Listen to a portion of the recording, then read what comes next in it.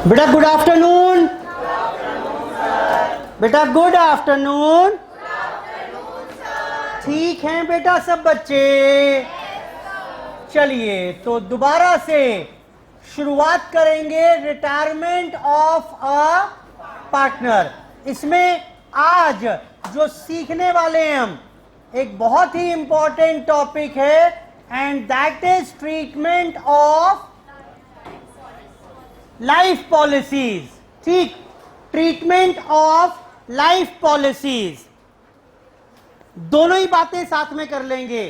Treatment क्या होगा अगर रिटायरमेंट हो पार्टनर का, और ट्रीटमेंट क्या होगा अगर किसी पार्टनर की डेथ हो जाए। डेथ टॉपिक अलग है वैसे, लेकिन वहां का लाइफ पॉलिसीज यहीं पढ़ा दूंगा साथ में। ठीक है बेटा, बस ये करते ही हम कॉम्प्रिहेंसिव क्वेश्चन पर, एग्जाम के लिए जो क्वेश्चन होते हैं रेलिवेंट, उस पर कूद जाएंगे। तो बेटा अगर हम लाइफ पॉलिसी की बात करें, मैंने कुछ ऐसे थोड़ा सा हिंट दिया था आपको। मैंने यानी फर्म ने बेटा अपने पार्टनर्स की ए बी सी की लाइफ पॉलिसी ली हुई है। 3 पार्टनर्स थे हमारे पास, ए बी सी। इनकी पॉलिसी अमाउंट है 1 लाख रुपया, 80,000 रुपए और 50,000 रुपए। 3 पार्टनर्स हैं मेरे यानी फर्म के, और मैंने इन पार्टनर्स की लाइफ पॉलिसी ली हुई है। पहला सवाल तो यही आता है कि मैंने इन पार्टनर्स की लाइफ पॉलिसी ली ही क्यों। तो मैंने पहले थोड़ा हिंट दिया था आपको, फिर बता रहा हूं।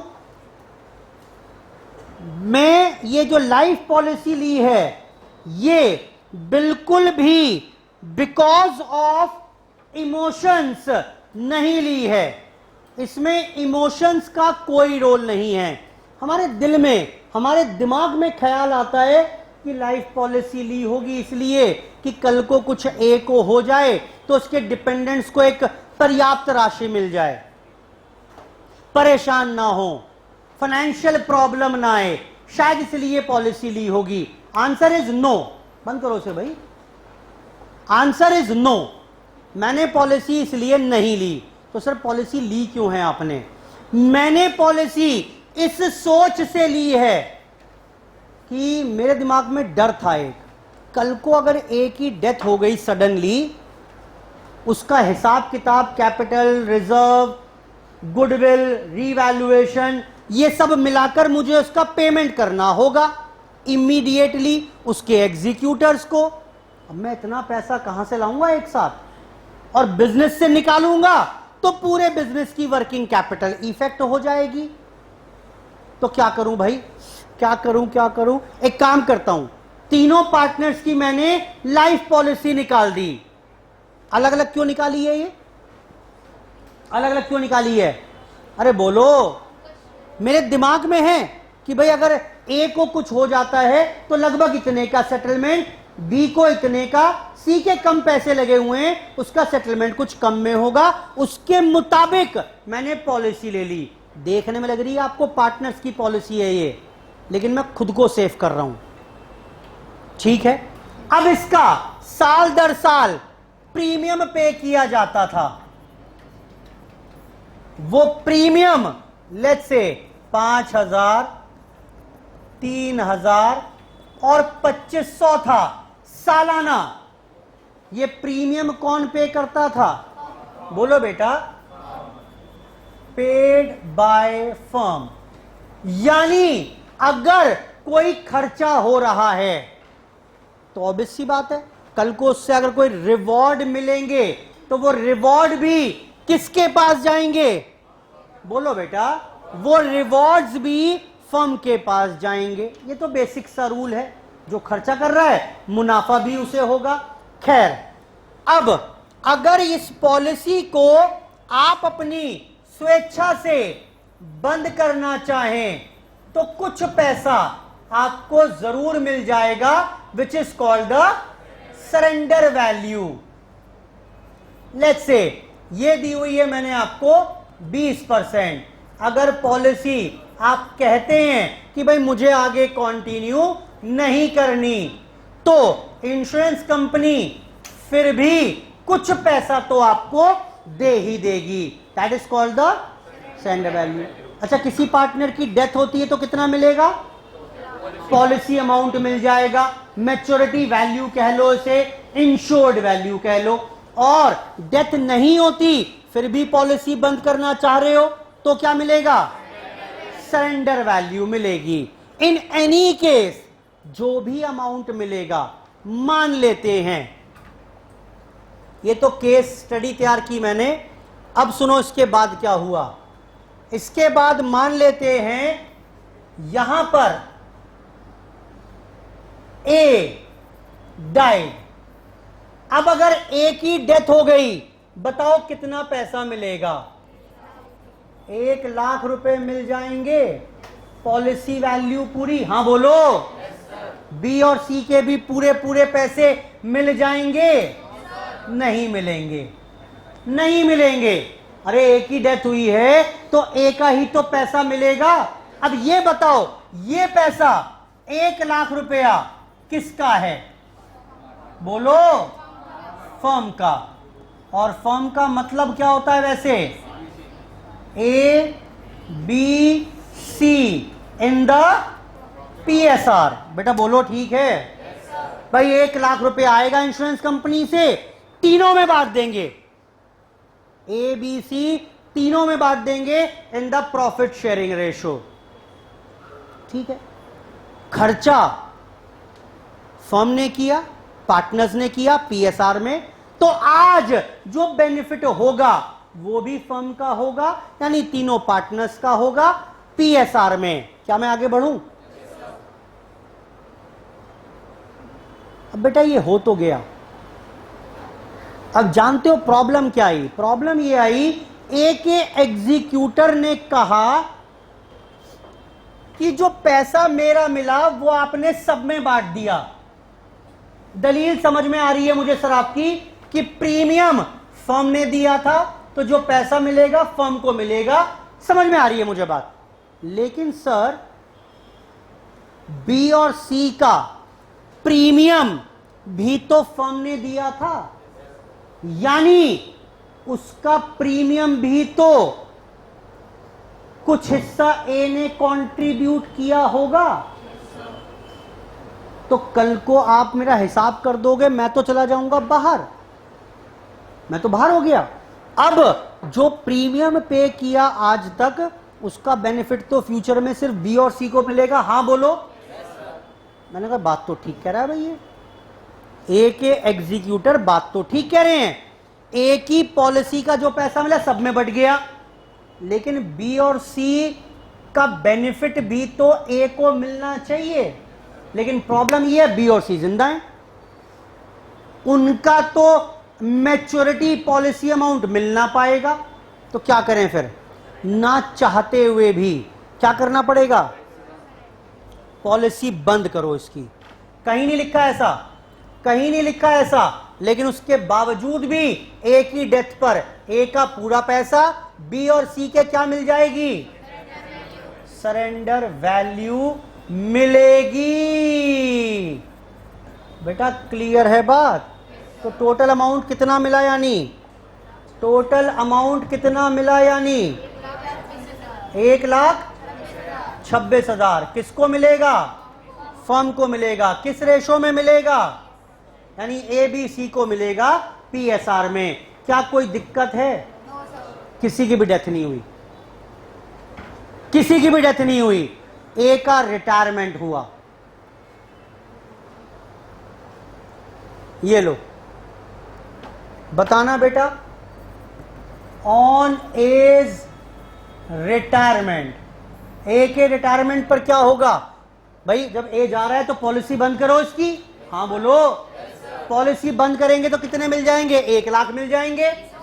1 लाख मिल जाएंगे। बेटा सरेंडर वैल्यू ही तो मिलेगी। और ये किस में बट जाएगी? किसका पैसा है ये? बोलो। फर्म का, और फर्म का मतलब क्या, एबीसी इन द पीएसआर। देख रहे हो, गजब देख रहे हो बेटा, ये रायता फैला देगा अब। ये करते ही क्या बोलने वाला है, वो बोल रहा है मेरे पैसे जो आए तीनों ने बांट लिए, चलो ठीक है, सब प्रीमियम दे रहे थे, लेकिन आपकी पॉलिसी का प्रीमियम भी तो फर्म दे रही थी। बोला हम तो फर्म में ना, हम क्यों पॉलिसी करनी पड़ेगी, करनी पड़, बेटा समझ में आ रहा है? ये कैसे मनाओगे को आप? जी सर, ठीक सर, कौन से मतलब कृष्णा पैलेस में? ठीक ठीक सर, ठीक ठीक श्योर, ठीक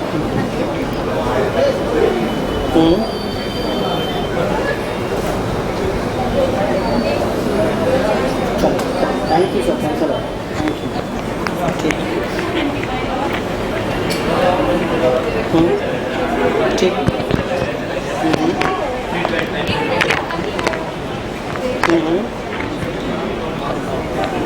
ठीक ठीक, अरे तो थैंक यू सर।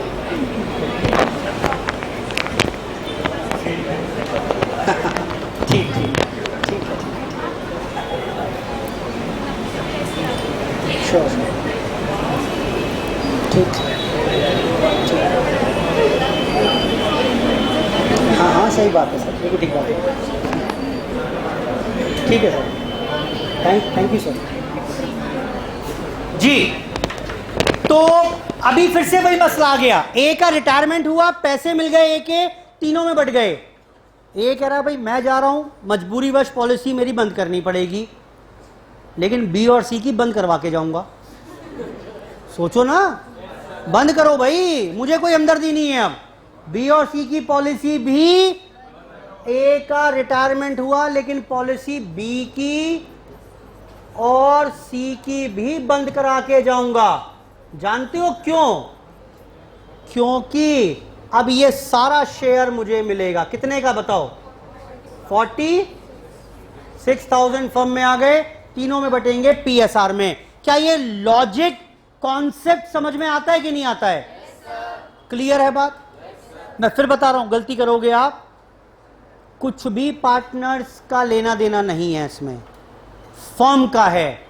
हाँ, फर्म में क्योंकि आप पार्टनर हो तो उसके मुताबिक जो हिस्सेदारी आपकी बैठेगी वो पहुंच जाएगी, लेकिन आपके नाम से पॉलिसी है तो इस बात से प्रभावित मत होइएगा कि जी मेरे नाम की है तो मुझे पैसा मिलना चाहिए। Now coming on to the accounting part, important है ये सब, क्वेश्चन में दिया होगा, तो केस बनाया मैंने। अब चेक करिए, ऑन एज डेथ क्या एंट्री होगी? जी बेटा मदद करना, ए के डेथ पर क्या होगा बताओ ना। 1,26,000 रुपए मिल रहे हैं आपको, कहां से? इंश्योरेंस कंपनी से। लो एंट्री पहली, bank account debit to life policies, बड़ी सारी लाइफ पॉलिसीज थी, उन सबके एवज में 1,26,000 रुपए मिल गए मुझे। बोलो बेटा, मैं साल दर साल प्रीमियम देता जा रहा था, देता जा रहा था, देता जा रहा था, खर्चा करता जा रहा था, मैं यानी फर्म। आज एक शुभ घड़ी आ गई, एक ही डेथ हो गई, मतलब एक ही डेथ होना शुभ घड़ी नहीं है, उसकी पॉलिसी का अमाउंट मिला वो शुभ घड़ी है, ठीक। तो 1,26,000 का फायदा, बोलो हाँ। ये फायदा किसको मिलेगा? फर्म का मतलब क्या? लाइफ पॉलिसीज डेबिट, 1,26,000 का मुनाफा। अभी एक सवाल पूछूंगा आपसे, to A B C in the PSR, जो भी इनकी पीएसआर है, बताओ समझ में आ रही है कि नहीं आ रही बात? समझ में आ रही है बात कि नहीं आ रही है? सर जब आपने 1,00,000 रुपया या जो भी पैसा आया तीनों में बांट दिया, तो अब ए के एग्जीक्यूटर का हिसाब करने के लिए पैसे बचे ही कहां आपके पास?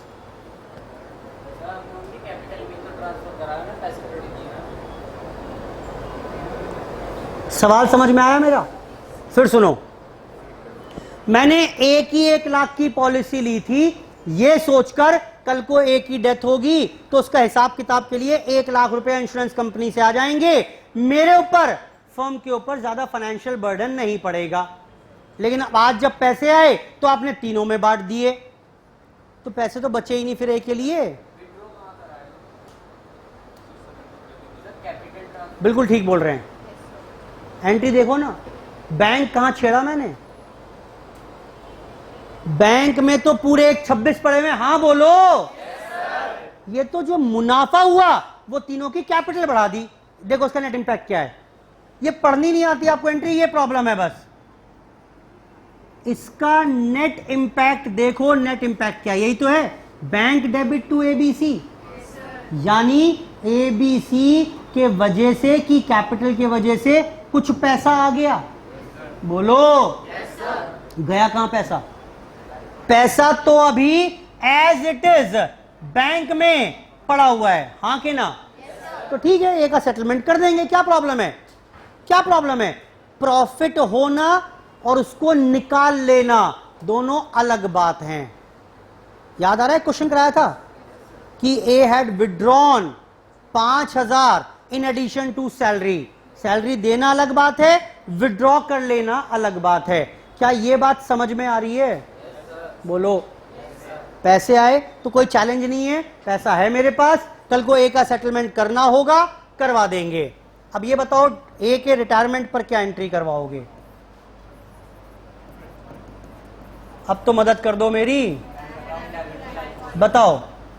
Bank account debit to life policies, बेटा कितना दिखाओगे?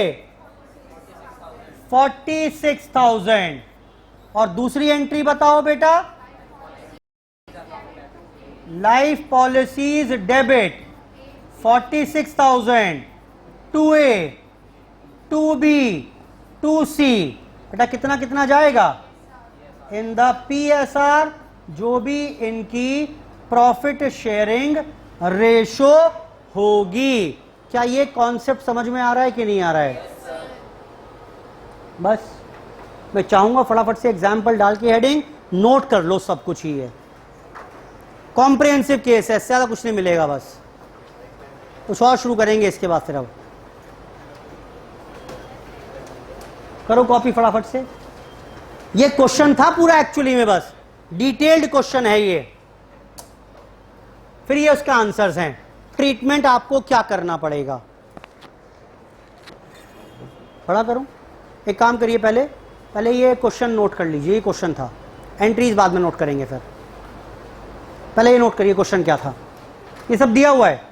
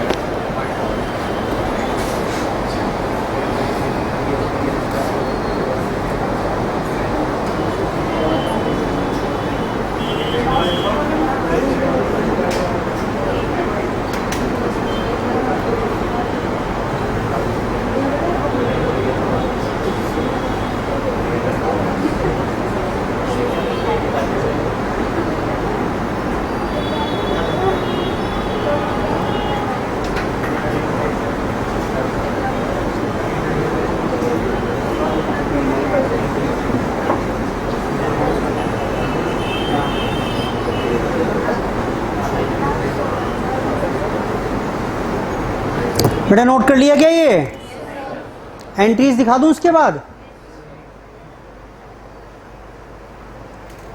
ये लो जी एंट्रीज, दोनों केसेस में रिटायरमेंट डेथ दोनों साथ साथ कवर कर रहे हैं।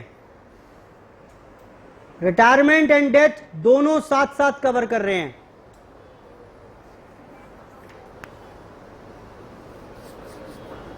डेथ हो गया तो उस टाइम पर ये एंट्रीज करेंगे, रिटायरमेंट पर क्या एंट्रीज करिएगा।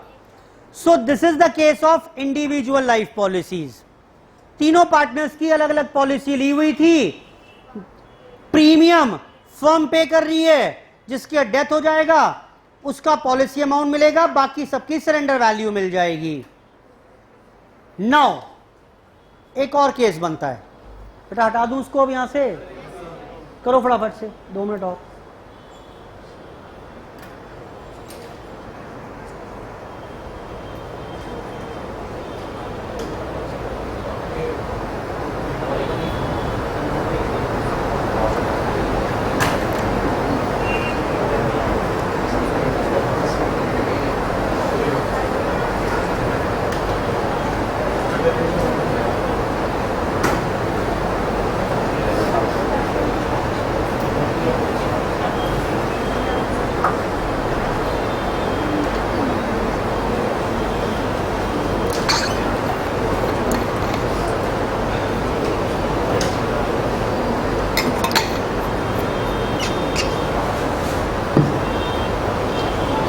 चेक करिए अगला concept. So this was the concept of individual life policy. एक और कॉन्सेप्ट आता है, बोला जी छोड़ो ना, कहां तीनों की अलग अलग पॉलिसी लेते रहेंगे। मैंने क्या किया, इंश्योरेंस कंपनी से जाकर बात की और उन्होंने बताया मुझे कि हमारे पास एक ये वाली पॉलिसी भी है। क्या नाम है इसका? Joint life policy. तीनों का मिलाकर सम एश्योर्ड है 5 लाख रुपए। क्लियर है बात? इन तीनों की पीएसआर जानते हो क्या थी? इन तीनों की पीएसआर थी 221। ये ज्वाइंट लाइफ पॉलिसी क्या कहती है? कहती है कि अगर किसी भी पार्टनर की डेथ हो गई, क्योंकि हमने ज्वाइंटली लाइफ को कवर किया हुआ है, हम पूरे 5 लाख रुपए दे देंगे। क्लियर है बात? हम पूरे 5 लाख रुपया दे देंगे अगर किसी भी पार्टनर की डेथ हो गई। मेरे लिए तो अच्छा है ना, मुझे तो लगभग 5 लाख रुपए चाहिए होंगे किसी पार्टनर की डेथ हो जाए तो मैंने इंतजाम कर लिया उसका। और इस पॉलिसी की सरेंडर वैल्यू थी आज के दिन 20%। एग्जाम्पल, अब ये बताइए मुझे यहां पर दोबारा से, अब आप ही करोगे, मेरे पास कुछ नहीं बचा बताने के लिए। ए की डेथ पर क्या एंट्री करोगे? 2। और ए के रिटायरमेंट पर क्या करोगे? बताओ जी। ए की डेथ हो जाती है तो क्या एंट्री होगी? Bank account debit to JLP. अच्छा 12th में जेएलपी पढ़ा है क्या? 5 लाख रुपए। अभी देखता हूं कितना पढ़ा है। और बोले नहीं पढ़ा सर हमने। जेएलपी के नाम का जो मुनाफा हो गया 5 लाख, किस में बांटेंगे? A B C PSR. हाँ नहीं, हाँ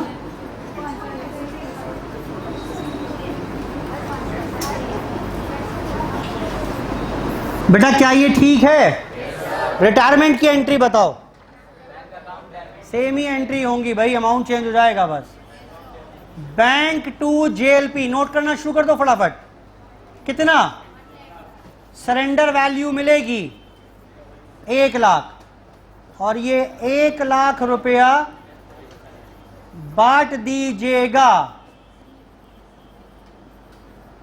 ए बी सी के PSR 221 40,000 40,000 और 20,000। नोट कर लो जी। ट्रीटमेंट ऑफ लाइफ पॉलिसीज और थोड़ी डिटेलिंग करेंगे इसके। अभी इंडिविजुअल लाइफ पॉलिसी समझाकर ये जेएलपी तो आसान हो गया। अब जेएलपी की थोड़ी और डिटेलिंग करनी है मुझे। 3 तरीके होते हैं इसके अकाउंटिंग के, बताता हूं।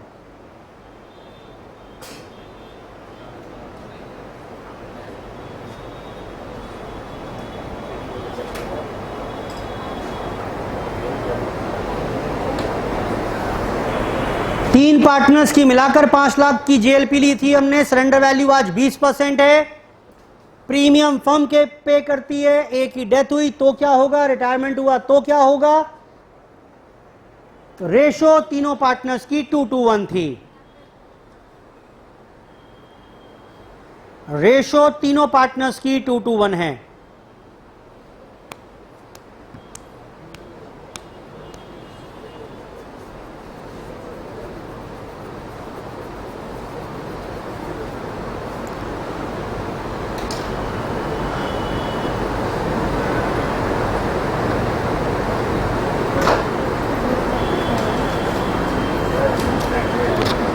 सुनिए, अब जेएलपी के भी 3 अलग अलग ट्रीटमेंट हो सकते हैं।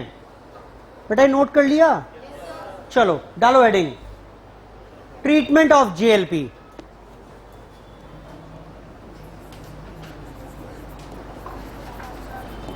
जैसे ही क्वेश्चन में जेएलपी की बात आए आप यहां पर आ जाओगे। इसमें क्या कह रहा है ये? Case 1, case A, when JLP premium is treated as an expense. बोल रहा है जो जेएलपी प्रीमियम था उसको हम एक्सपेंस मान लिया करते थे। जब जब प्रीमियम पे किया तब तब पीएनएल में डाल दिया, काम खत्म। मुझे कैसे पता चलेगा? सुनो, अगर आपको बैलेंस शीट में जेएलपी नाम की कोई चीज ना दी हो,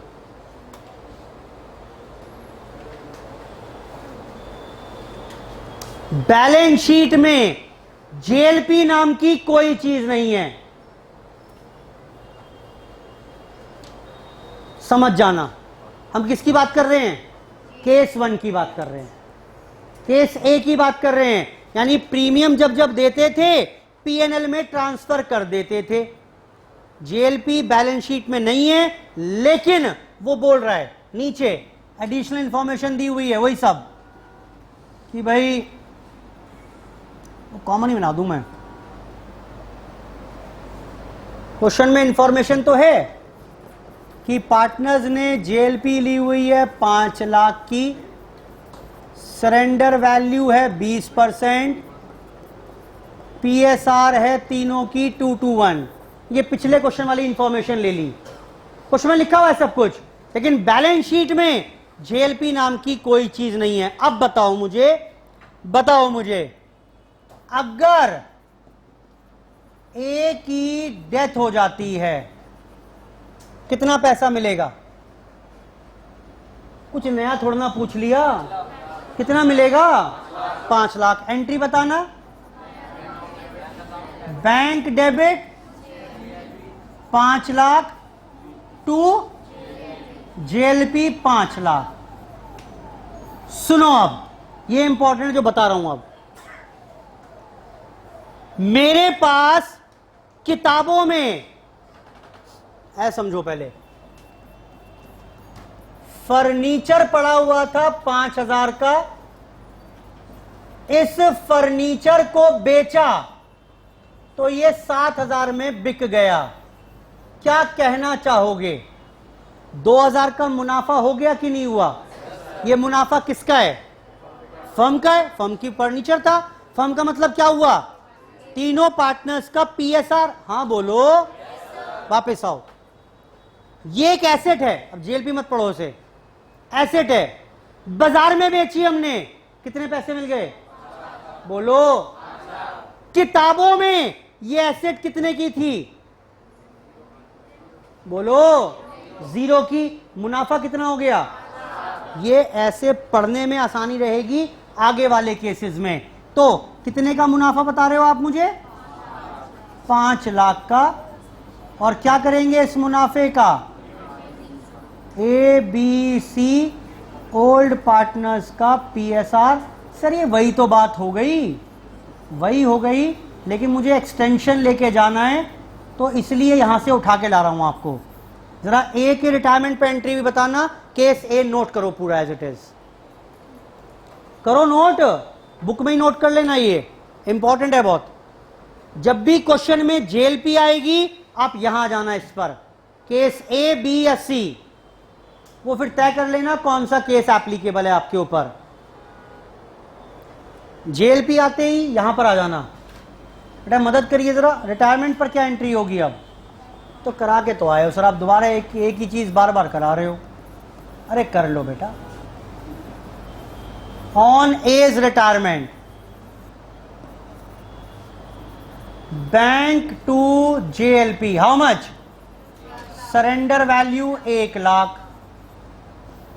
और अगली एंट्री बेटा, जेएलपी के 1 लाख बट जाएंगे ए बी सी के पीएसआर में। 2 to 1 40,000, 40,000, 20,000। लिखो केस 20 के बाद, when JLP premium is treated as an asset. पहले इसको नोट करो, केस बी डालो हेडिंग। अब कर लो नोट पहले से। चलो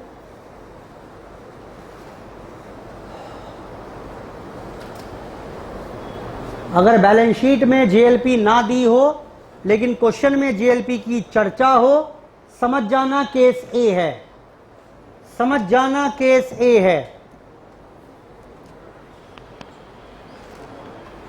केस बी लिखिए, when JLP premium is treated as an asset. बेटा क्या मैं इसे हटा दूं? मैं इसी में चेंज कर दूंगा। लो,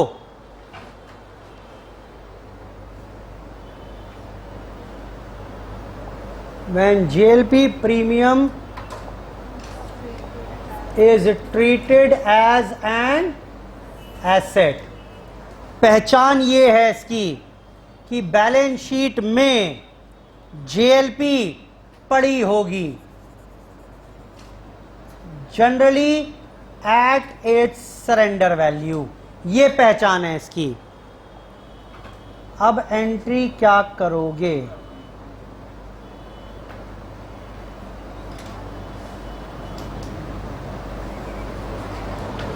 देखो जी, पहले केस नोट करो। अब कर पाओगे आराम से आप? मैंने आपको थॉट प्रोसेस दे दिया, सोचने का तरीका बता दिया मैंने आपको, तो कर पाओगे अब आप आराम से वैसे मेरे हिसाब से। बैलेंस शीट में जेएलपी अगर पड़ी हुई है जनरली वो सरेंडर वैल्यू पर होगी, कम ज्यादा भी हो सकती है, मुझे फर्क नहीं पड़ेगा। बताता हूं कैसे। जैसे ही बैलेंस शीट में जेएलपी दी हो, क्वेश्चन में जेएलपी की चर्चा हो, समझ जाना केस कौन से बात कर रहे हैं हम कौन से केस की बात कर रहे हैं?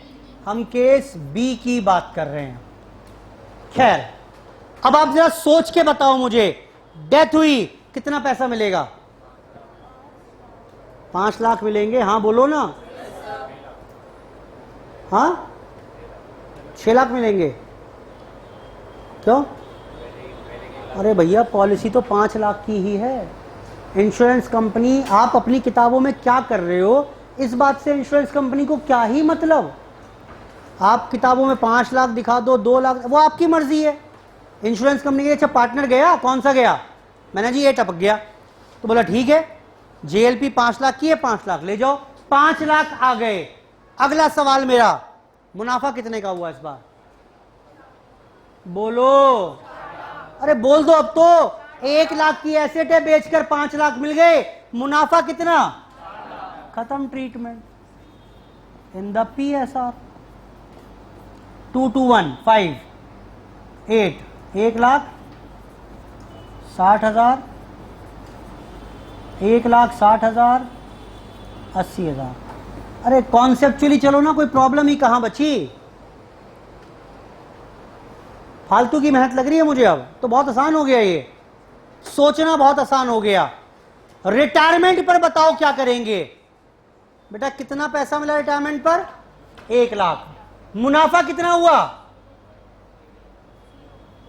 मुनाफा कितना हुआ? 1 लाख की एसेट बेचकर 1 लाख मिले, कोई मुनाफा नहीं है। That's it. मुनाफा नहीं है, पार्टनर में बटेगा नहीं, खत्म। कैपिटल में कुछ नहीं आएगा। बस यही एंट्री करनी है क्वेश्चन में जाकर मुझे, इसके लिए इतनी मेहनत करा रहा हूं मैं आपको। आप ये मत पूछना वहां जाकर सर ये कैपिटल में क्यों नहीं बांटा, ये कैपिटल में 5 लाख क्यों नहीं बांटे। समझ में आ रही है बात? ये सवाल मत पूछना मुझसे अब क्वेश्चन में जाकर, मैं अलग से प्रैक्टिस करा रहा हूं। केस सी लिखिए, केस सी लास्ट है। When JLP reserve account is also maintained, पहले नोट कर लो, उसको हटाऊंगा फिर यहां से।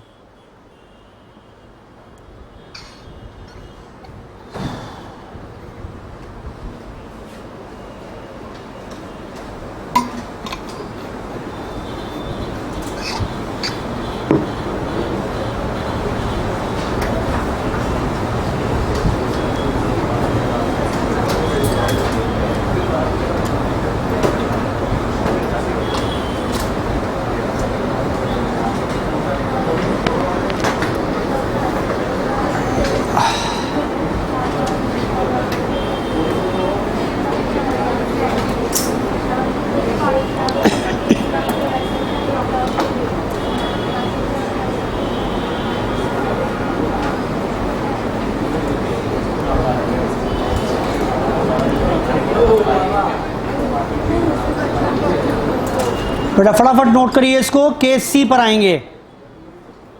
डालो हेडिंग केस सी में, when JLP reserve account is also maintained.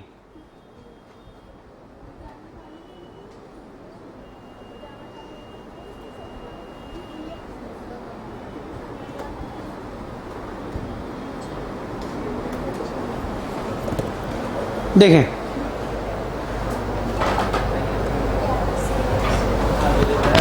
when JLP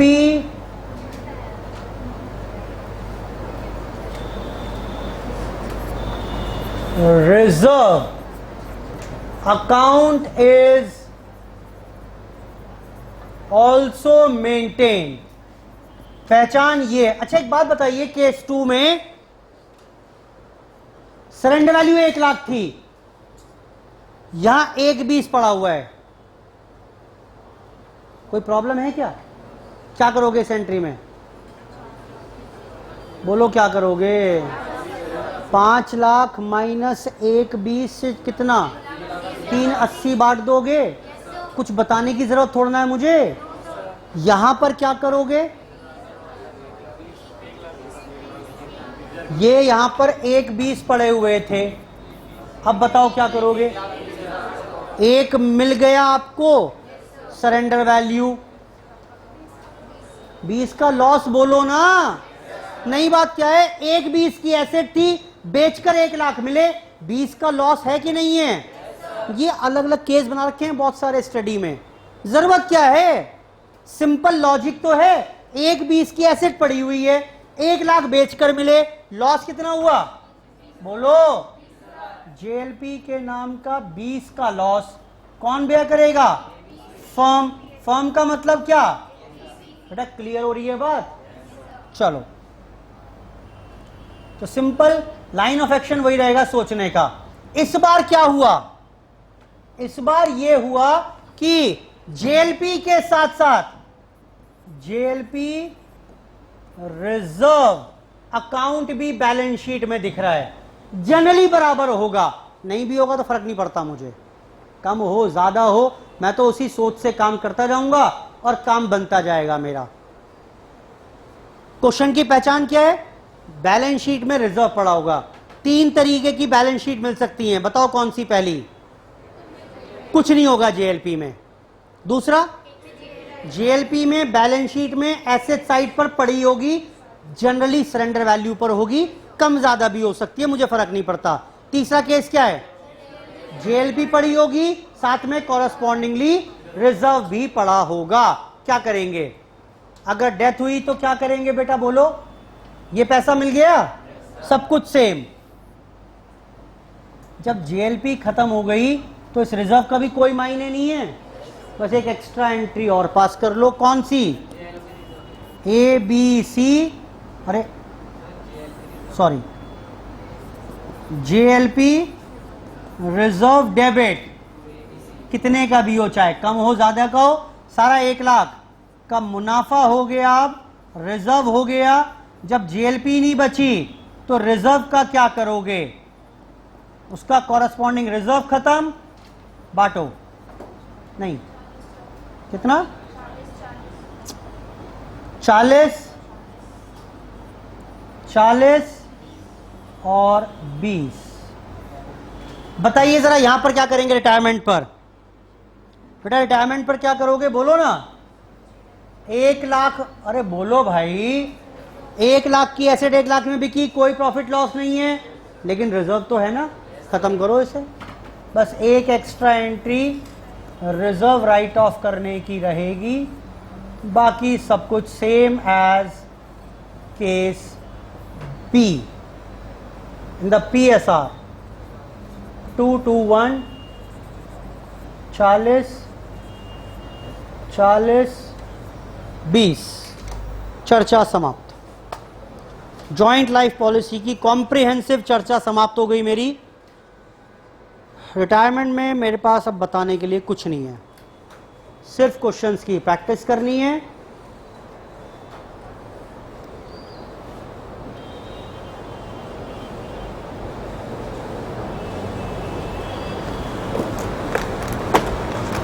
अच्छा, इसमें गुडविल के ट्रीटमेंट भी रह रहा है मेरा, अभी बताना, क्वेश्चन डिस्कस करने हैं मुझे वो अभी।